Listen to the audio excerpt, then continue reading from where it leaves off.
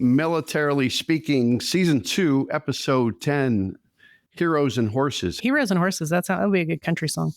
This episode. It probably is. It might be. We're going to write one.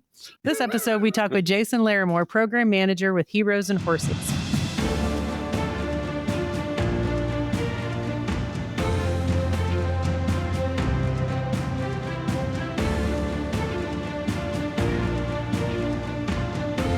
Welcome to Militarily Speaking, brought to you by Armed Forces Bank. This is Tom McLean, and I'm here with the wonderful Jodi Vickery, who gets up every day. It says, checks her calendar and says, "Do we have a podcast recording today?" Podcast day.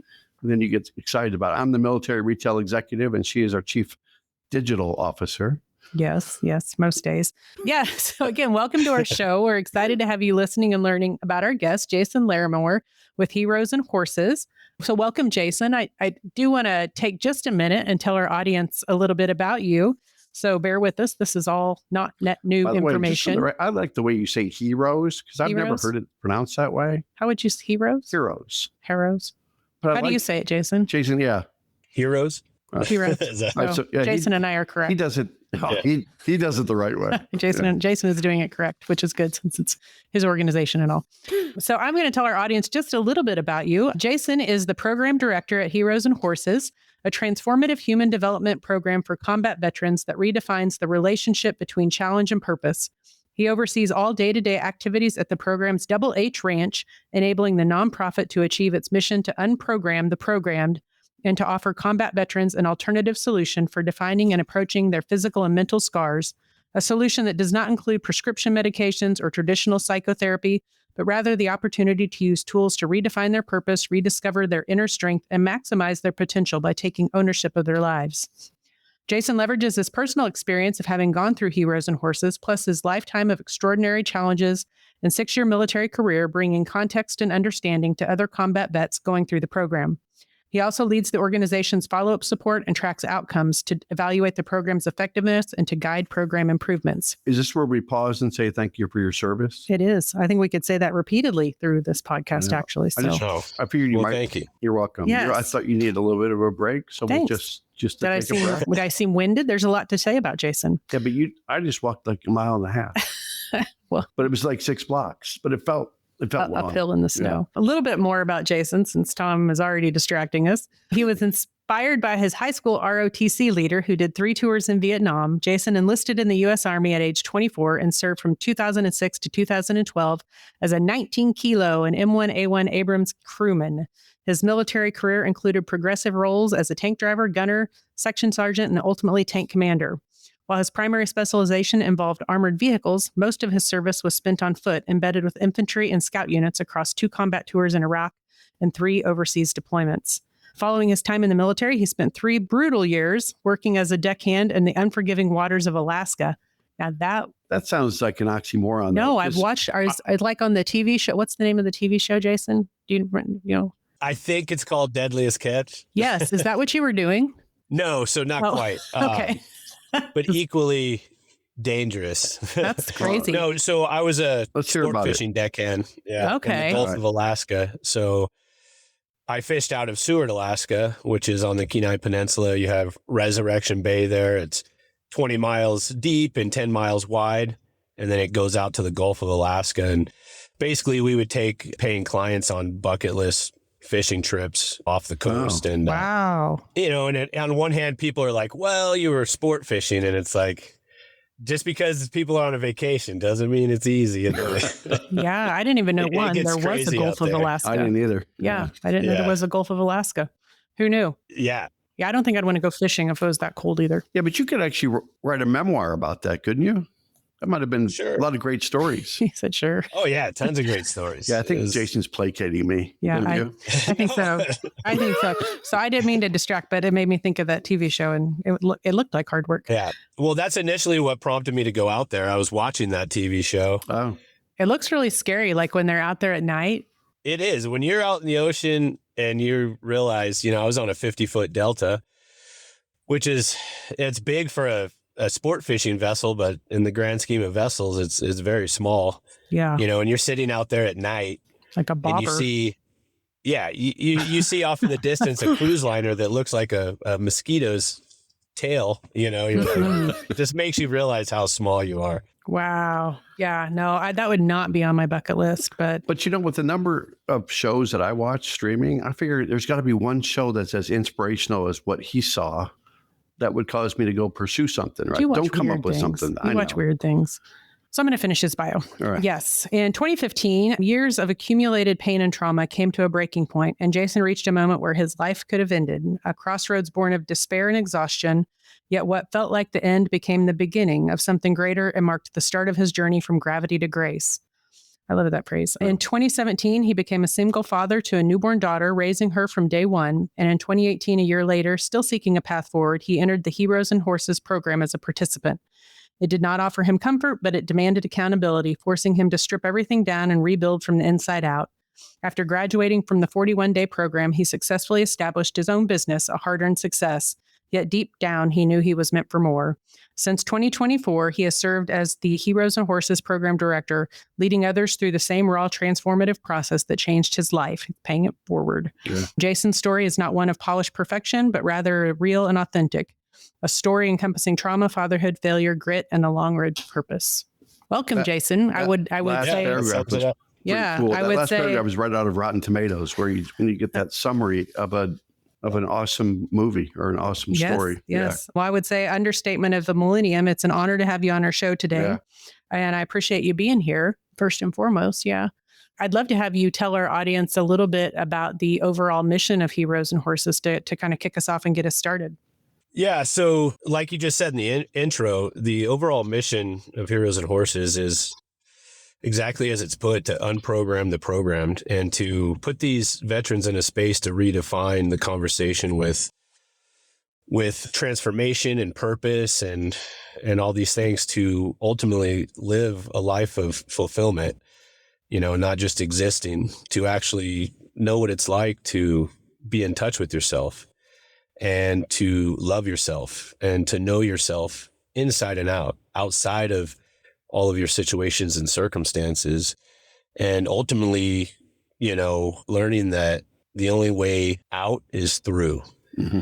And that's through everything, taking all your pain, shame, anger, regret, remorse, trauma, everything, and tapping into your heart and getting out of your mind and using the alchemical process to take the lump of coal that you have and turn it into gold, So in a nutshell, that is the mission of Heroes and Horses. And you've been around, just over a decade? Is that right, Jason? Yeah, we just finished our 11th year. Congrats. With now hundreds of veterans served through our organization, and just a lot of beautiful, amazing stories of rediscovery, of transformation, of people breaking the chains, and course correcting and reaching up and like reclaiming the dignity of their human experience. Well said. The website is www.heroesandhorses.org. And why don't we go into the next stanza of the conversation about the programs? And I may go a little circuitous on here. Would say, when people go to your website, how do they apply? What's the process type thing? But from the program standpoint, when people go to the website, what are the formality of the programs? And I know you mentioned the 41-day experience. I've seen 40 days out there too for you, but maybe the 41st day is the new chapter. But why don't you talk about programs available through the organization that's been around for more than a decade? Yeah, so I'll touch on the programs that we have, and then I'll kind of go into what that actually entails. So we have the Heroes and Horses Male Veterans Program, and that's the 41-day program. And that happens here on the ranch and in the wilderness of Montana. Basically where veterans, they step away from the noise of modern world and face themselves through the mirror of the horse and mountains and ultimately truth. And what we do out here, it's not therapy in the traditional sense. It's reality. It's nature. And, nature doesn't care about your rank, your medals, doesn't bend to excuses, and it strips away everything until you're basically left with truth. And that's where the real healing begins. And so the way our program works is these men come to our ranch for 41 days. Some of the cornerstones of our program, first and foremost, it's digital detox. So when these men come to the ranch, they turn in their cell phones and they get those back when they leave the ranch. They get a phone to call home and stuff once a week, check in with loved ones, things like that. But we cut that umbilical cord out to the rest of the world. I mean, there's just too much, there's too much noise. Yeah, but much noise. I got to believe that's hard for them though. When you go cold turkey like that, I know you give them a little bit of a soft landing with that, but man, that's in today's world, it's even tougher. Yeah. And we start the conversation on that right away of expectations and everything. And just to preface, so, when the guys go to the website, which the application gets posted January 1st on our website, and then it's up for a period of time. Once we close the application window, we have our own internal checks and balances for reviewing all the applications, and we review them as a team, and then, goes through a vetting process. We're doing phone calls, Zoom sessions, really getting to know these guys and what is at the heart of their issues and what they're facing. So once they're selected, then they get in the H&H pipeline. From there, we have some pre-course material that we send them. We have a class book that they read prior to coming. We send them stuff on physical fitness, on functional body movement, on how your brain and your gut work in tandem, and things like nutrition and wellness. We send them information on some of the modalities that they'll be exposed to here, breath work, meditation, things like that, to really set them up for success. And then once they get to the ranch, it's digital detox for 41 days. It's cold showers for 41 days. The men sleep in cabins with bunks and a wood stove. They have to walk a mile from our main facility area on the ranch up to their cabin each night, and then walk down each morning. I'd say the day starts about 4:30 in the morning. We have a dedicated physical fitness routine that we do. We incorporate all kinds of different modalities like breath work, meditation, yoga, mixed martial arts, boxing, which are ultimately ways of cultivating inner peace. It's not about the violence. It's about being able to slow your mind down, stay in the present, breathe, get in touch with yourself on a nonlinear aspect, and start cultivating those baby steps of learning some skills that will enhance your life in a more deep connection with your inner self, which is at the heart of all of this. From there, we do things like sauna, cold plunge, and then you move into the day, and that's all before breakfast, and then you move into the day, which is horsemanship. And you're learning every aspect from day one. This is a horse, to all of the aspects of what horsemanship is, the horse human connection. And then you're riding, you're roping, reining, you get introduced to forging, farring, shoeing a horse, animal husbandry, equine medicine. You're going to be exposed to every aspect of what it takes to run a ranch outfit, and you're going to learn those skills from the ground up. There's different iterations of the program where you're going to be sent off-site to other ranches around the country that we've partnered with to give you additional training. In these 41 days, these men live several lifetimes. And then that culminates, and there's some other things sprinkled in there that we keep internal, but ultimately, some rites of passage and things like that. And then it culminates into an 11-day pack trip where you are going to go out with your men and class guides, and you're going to go out in the backcountry, and you're going to travel upwards of 160 miles through some of the most rugged terrain in North America. Wow. Up 10,000, 11,000, 12,000 foot mountains with mules and horses and loaded down pack saddles. And you're going to face raw environmental challenges. There's inclement weather, there's terrain, there's wild animals, and ultimately there's yourself. And the way the program is designed, it's really just a way to every situation or circumstance that you're in is really an opportunity to sit back and view yourself perhaps like you never have before. So it's really special. There's no other program like this in North America that does it like we do. And then on top of that, we have, which we just did our first on-site spouse program this year, which was a huge success. Shout out to Mackenzie Fink, our co-founder and wellness director, Micah Fink's wife. So we have a spouse program, which it starts off, it's 6-week virtual session with Mackenzie Fink and some other gals. And then from the women that complete that course, you then can apply to come to the on-site course, which is at the end of the season, where the women come for a week and they do a condensed women's program that is hugely impactful. And the thinking behind that is like, look, the family goes through it together. It's not just the veteran. It's not just this one person facing all this. The whole family feels this. So our thinking is let's close that loop. And that's what we've done.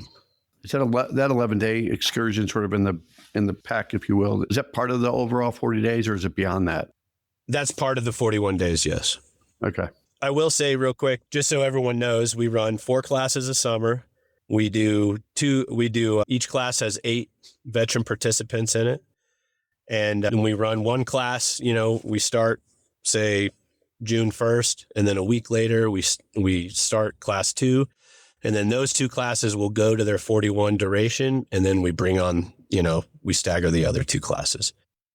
That makes sense. You talked about the vetting process when you get the applications and maybe you've got to cap it at a certain number, but how long does the vetting process take once you receive the application, whether it's Zoom calls or background work or phone calls or all the due diligence you do to vet?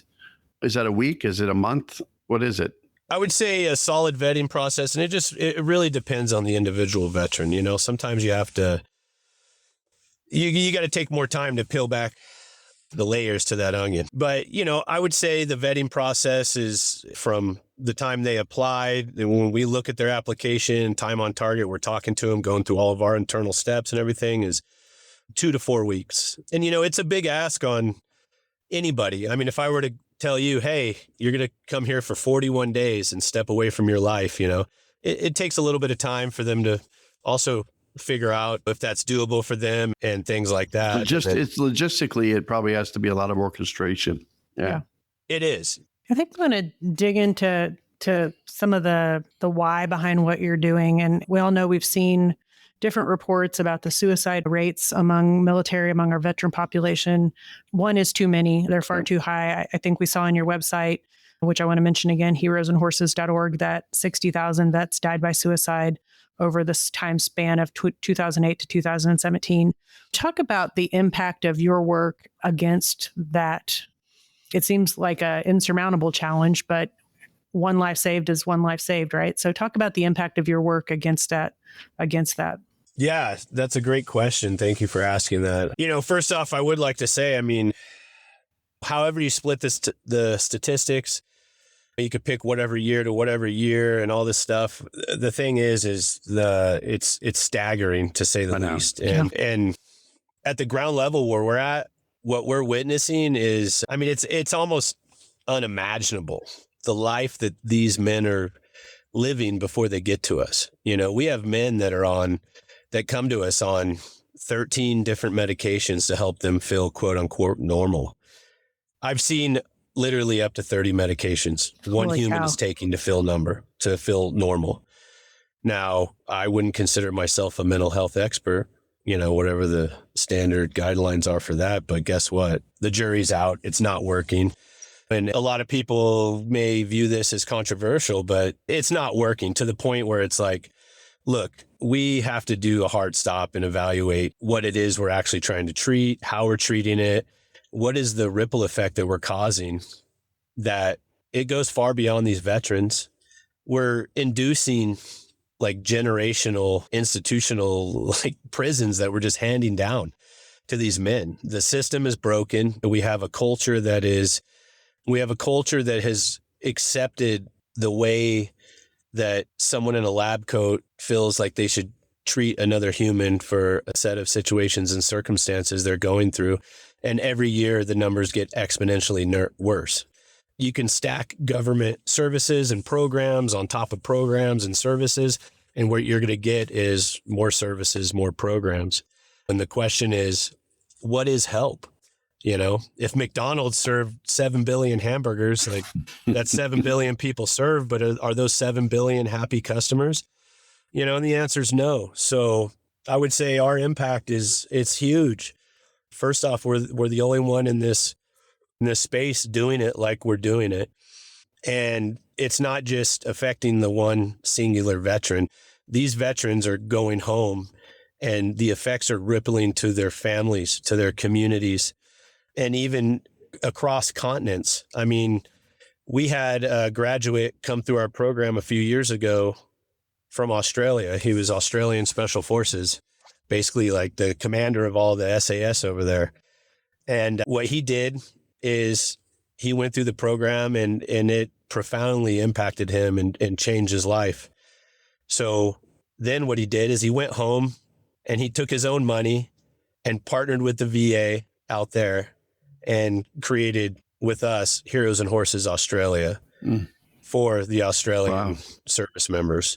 And I will tell you that, I mean, correct me if I'm wrong, but by doing that, I look at that like making history, because show me one other VA that has signed on to fund a long-term 41-day holistic approach to treating veterans.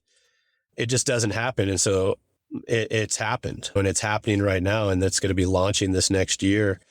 And so that's just one example of one human that came through our course. That made a huge impact. Yeah. Huge impact. And now that is literally rippling out across to a different continent. Yeah. And now their VA is going to be talking to our VA, and hopefully some good things come from it. But those powerful seeds are going out into the world, and they're being planted all over the place.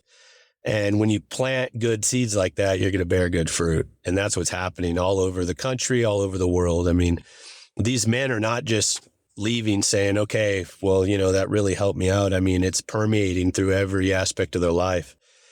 And it's one thing to read statistics and to share anecdotal stories through third party and things like that. But when, you know, as being a man that looked another man in the eyes when they came through our gates and saw the hollowness and the emptiness inside of them. And then to see when they leave our gates and months and years, 2 years later, you know, the lasting change that is in these men it's just one of the most beautiful things to witness, because there was a time in my life where I was that man. I was that man that was on my wit's end, that didn't want to live, you know, and came from a life of trauma and all these things, and just stacked it on top of it, on top, until my cup ruptured and I couldn't stack anymore, you know, and the only way was through all of that. So to experience that, and then to be able to come back in this capacity, knowing the change that happened in my life. And believe me, if I can change, anybody can change, because I was one of the most lost, stubborn people I've ever met, you know, and it gives me hope. It gives me hope in this world. And yeah, it's very special. And I suspect you're never going to know. I mean, I know you try to track some things, and I'm confident that you do, but I don't think you may ever know the full reach of what you're doing. Hey, everyone, we've got something special for our military listeners today. Absolutely. If you're in the market for a new home, you've got to check out Armed Forces Bank's VA loans. They're designed specifically for you, with competitive rates, no PMI, and no down payment required. And as an approved VA lender with VA certified underwriters, all decisioning is done in-house, which creates a more streamlined experience for veterans. At Armed Forces Bank, about 75% of our team is affiliated with the military, so we know what it's like to serve. We've been supporting military families for over 100 years, so we've got your back every step of the way. Whether you're active duty, a veteran, or a reservist, we are here to make your home buying process smooth and stress-free. And with our mortgage service guarantee, we'll close your loan on time or pay you $1,000. So if you're ready to move into your dream home, head over to afbank.com or visit a branch near you. Armed Forces Bank, serving those who serve. Equal housing lender, member FDIC, subject to credit approval. VA funding fee may apply. VA loan qualification guidelines apply. Third-party closing costs apply. Owner-occupied property only. And how do you memorialize something like Australia? Because it's so broad spread or widespread. The story behind that people don't know until you figure out how to socialize that.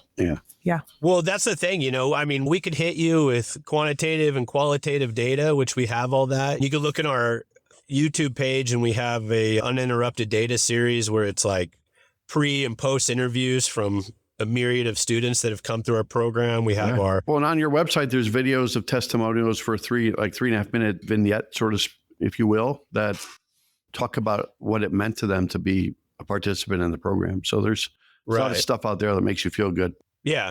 So on one hand, it's good to show this data, especially to people that are supporting our mission and just the rest of the world. So we can say, hey, this is working.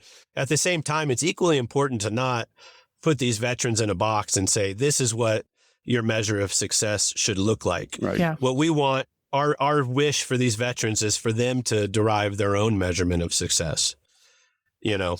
Yep. So, and that's, like I said, it's hard. You could look at data on a piece of paper, or you could look at them when they're talking to their family, when they walk into a room and you see light in their eyes, you know, when they're telling you, you know what, there was a point in my life where I used to pray to have the strength to kill myself.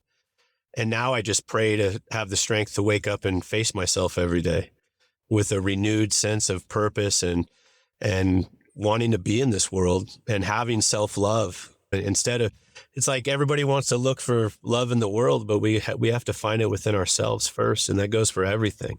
Well said again. I think when I signed up for your newsletter, I encourage people to do that on your website. And I think when Jodi and I, when we debrief and talk about podcasts, this is kind of our why too. When you don't know about a program like what Jason's talking about, and you can actually, even if we impact one person's life from someone listening to what Jason's telling people about the impact of his program, then we've done our job. Yep, agreed. So that's our why. We got his why. Agreed. And real quick, the thing is I one thing I do want to stress is our program, I like to explain it as body, mind, and spirit or soul. It's a 3-prong approach. And it's one of those things people are like, well, you know, you're chasing the mental health arc and you're like, well, people are focused on, you know, it's not always about waking up and just like, well, I'm not happy, so what's wrong? You know, it's much deeper than that. And it comes from balance in all these different areas. Like with our program, one thing we focus on is nutrition, right? Your gut and your brain work in tandem. You know, many of these veterans have poor eating humans, period, but we're focusing on the veterans. So poor eating habits, they might have put on some weights in service. Who knows what their relationship with physical fitness is. So we have a dedicated chef on our staff and we have an anti-inflammatory protocol that we've created and curated that is geared towards flushing all inflammation out of your body, resetting your gut biome, in turn, even giving you the proper opportunity for success. Because the thing is, you know, if it's not body, mind, and spirit, it's like one thing is you're over on one area, you're under on one area, you're going to have confliction. So we have to introduce balance to all these areas and show these men that. So they're going to get to know where food comes from. It's not just the grocery store, you know, and they get education on that and the science behind why we're eating this way and how it's going to benefit you and your family and your body and everything like that. And then that ties into the modalities, mindfulness, moving in rhythm with the earth instead of Instagram, things like that. So by the way, about where my kids think food comes from, and I think they think it's DoorDash.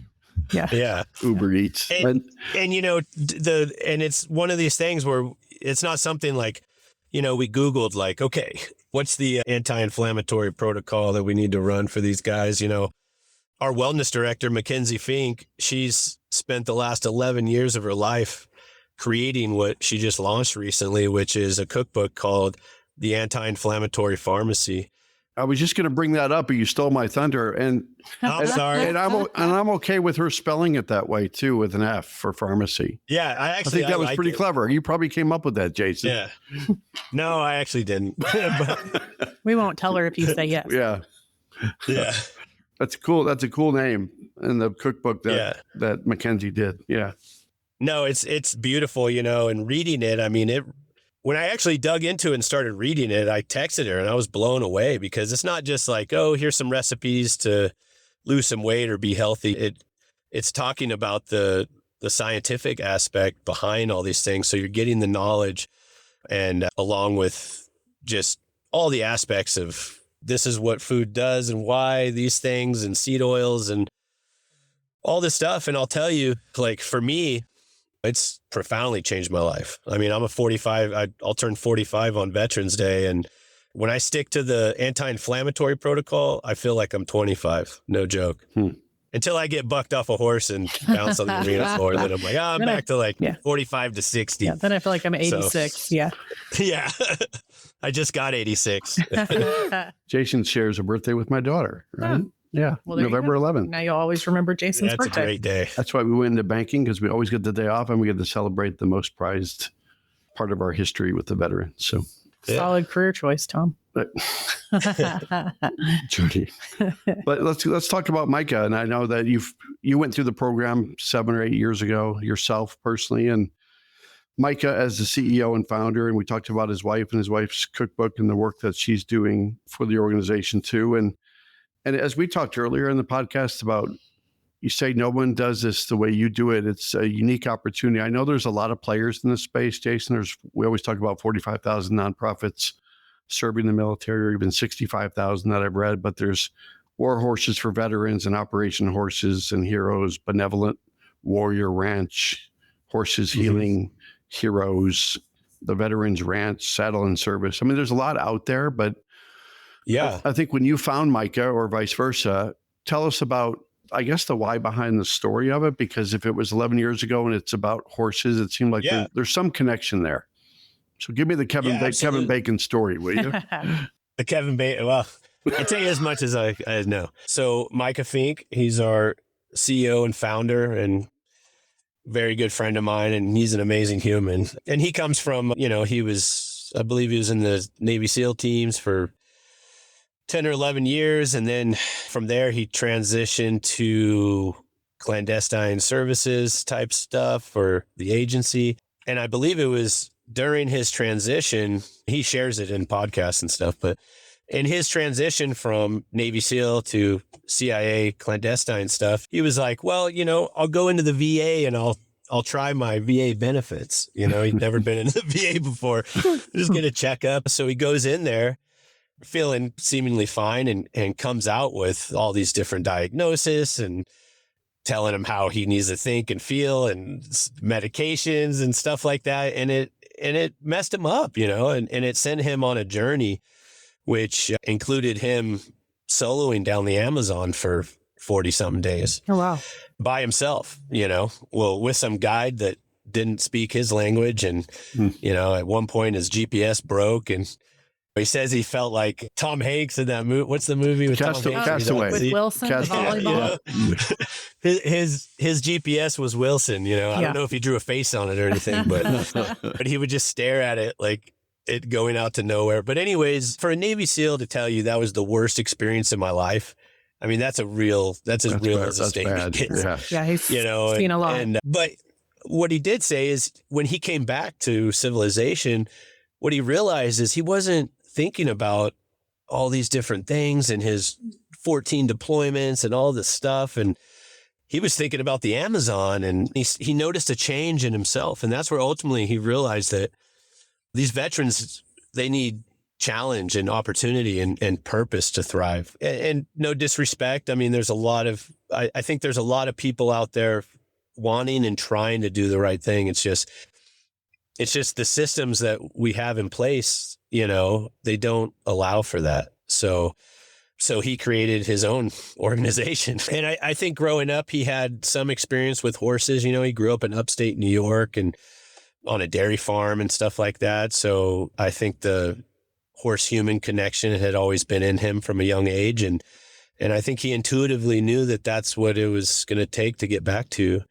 And that's what he did. And when I came through the program in 2018, we were on a borrowed ranch in Immigrant, Montana, with 3 canvas wall tents, an outdoor kitchen, solar shower that wasn't very solar, and horses and mules, and it was beautiful. But now we have a dedicated ranch. We have a 4,000 acre ranch nestled up to the Tobacco Root mountain range out here. Facilities, infrastructure. And it's so beautiful to see. Micah is a visionary, and it's so beautiful to see what one man, with a lot of help from other amazing people throughout his journey, my journey, etc. To take it to what it is now is beautiful. I mean, to say the least, and to see the ripple that it's having on these veterans, communities, the rest of the world, and he built this program basically like out of his own raw truth, and turned it into something sacred. And I believe his vision was simple. It's a 30,000 foot view. It's return men to the wild so they can return to themselves. And I believe it's about embracing that pioneer spirit that we are all born with. It's encoded in our DNA. It's just latent and dormant in there. And like with everything in life, the answers that we're trying to find, we have to literally pluck them out of our consciousness. Everything we need to know is already there. It literally is. You just got to be willing to put the work in to dig, to peel back those layers. I think the willingness to give up all of the external noise to allow that process to unfold. I don't think it sounds like that number of days is probably the right number. Yeah. Yeah. I was going to say it takes 21 days to change a habit. And I think 40 days, I just think you have to immerse yourself into it, invest in yourself. And that time frame feels like you have the ability to do that instead of just checking in, checking out. Yeah. It's not a weekend retreat process, kind of a deal. Yeah, for sure. Yeah. And it's not a vacation, it's right. Yeah. Could you visit with us a little bit about your partnerships that you have and how like-minded organizations can reach out and help? And even the volunteer and support side. The volunteer, the support side, ways that either individuals or organizations can help support and or help get the word out about the good work that you're doing. Yeah. So first off, our volunteers, we couldn't do our mission without our volunteers. We hold them very, very close to our heart. We have volunteers every summer that come from all over the country and also other countries to come help support these veterans. So that is something that we're truly blessed to have. And we encourage anybody who wants to volunteer. As the season approaches, we put the link on the volunteer page that'll be on our website. So for people that want to get involved, the best thing to do is go to our website and sign up for our newsletter. And then you'll get all of the subsequent communications for that. As far as partnerships and things like that, we have a lot of amazing companies and organizations that have chose to align with us, to whether it's sponsoring financially or supporting with goods for these men to use while they're going through the program. And again, you can go to our website, fill out the contact form if you're a company or an organization that wants to get involved and help the mission. And then we also we're not necessarily aligned with, we're not a part of any like VA programs or services or anything like that. We're a standalone, and our support comes from donors, sponsors, facilitators. We have for a lot of our, for instance, for boxing, we bring in an amazing boxing coach out of New York that volunteers his time to pour into these men. And the same goes for a lot of the modalities that we present to these men. So we have partnerships in that aspect, but in the larger sense, like with the VA and different things like that, we're not partnered with them. Yeah, so. no, that makes sense. I got to believe that people that volunteer, yes, they're giving, but I got to believe they're getting a lot out of what they're doing too. I bet that's a life-changing experience for them as well. Oh, it absolutely is. You hear the testimonials, you see the impacts, you see the conversations that people are having. And that's the beautiful thing about this ranch. It's like, this ranch, if you guys ever want to come out and visit, you're more than welcome. By what day do you want me to be out there? You should never offer that to Tom. Yeah, Jason, you got to know better. Yeah. I would like to see Tom get on a horse though. Can you make that happen? No. We can. It's going to need to be one of those little like ponies that you lead around with a rope. Yeah. No, we have a good one for him. His name's Orion. I'm chomping at the bit, as they say, right? Yeah. Yeah. But you feel it when you come on this ranch, the frequency here, this truly is a sacred container that has been built and cultivated over years, that is a container of love and healing and safety for these veterans to come and be able to be in space to actually feel themselves and go through the process of what they need to ultimately find themselves, right? And so, yeah, witnessing the volunteers coming and being a part of that. I mean, from volunteering in the kitchen to ranch maintenance crews to doing all kinds of, we have high level volunteers that are super skilled in so many ways and help us with all kinds of projects on the ranch. And it is a true blessing. And they also get to partake. Like, when the volunteers are here, you have time to go use our sauna, cold plunge, go through some of the modalities that we do. So it's not just like, hey, you're going to come here and work and then leave. It's an experience in itself as being a volunteer, and welcome those who want to come support us. Very good. Very good. By the way, for a rookie podcast guest, he did pretty well. We'll have to not use our parts, but just use his parts. Should we play a game? I know you did warn him. You warned him that we're going to have a game here at the end.